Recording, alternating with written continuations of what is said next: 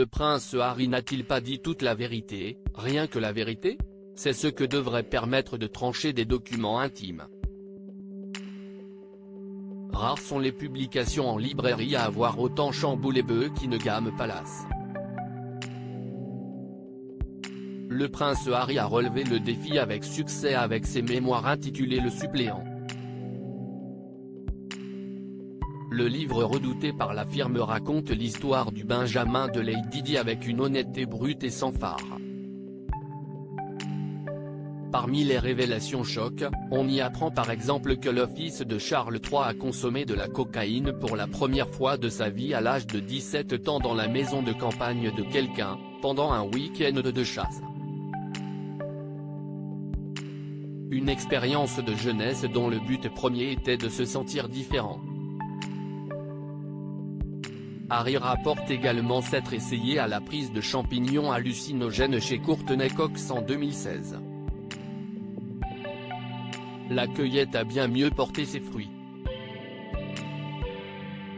À côté des toilettes, il y avait une poubelle ronde chromée, avec une pédale pour l'ouvrir.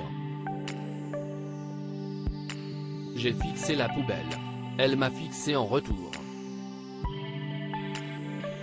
Puis c'est devenu une tête, se souvient le prince dans son autobiographie. L'anecdote ne déride pas tant la couronne d'Angleterre.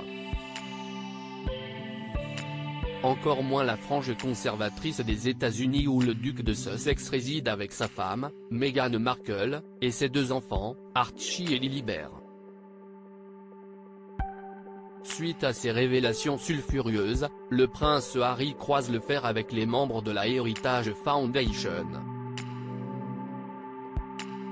Le lobby américain conservateur très influent aux États-Unis a déposé au printemps une requête au nom de l'intérêt des médias pour savoir si l'attribution de son visa par la justice américaine a été correctement suivie.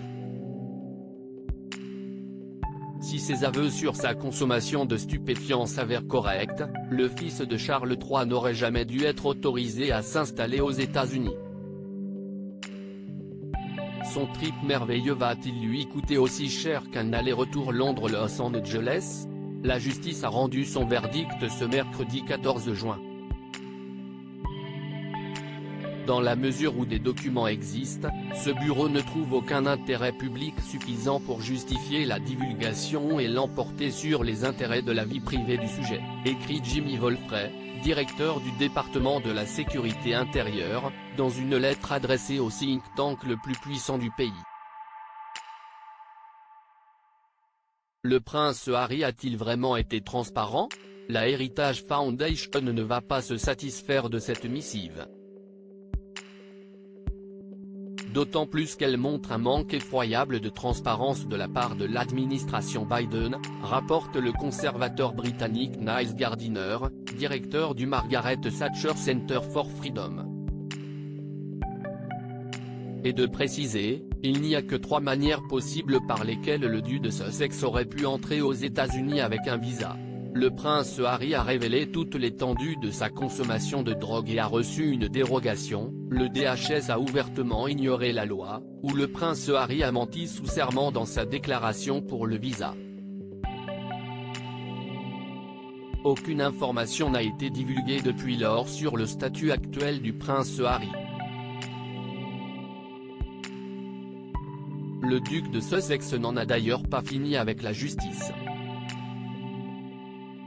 Son procès contre le Daily Mail et le Mail on Sunday, qu'il accuse d'avoir obtenu des informations de manière illégale, se poursuit à Londres depuis plusieurs semaines.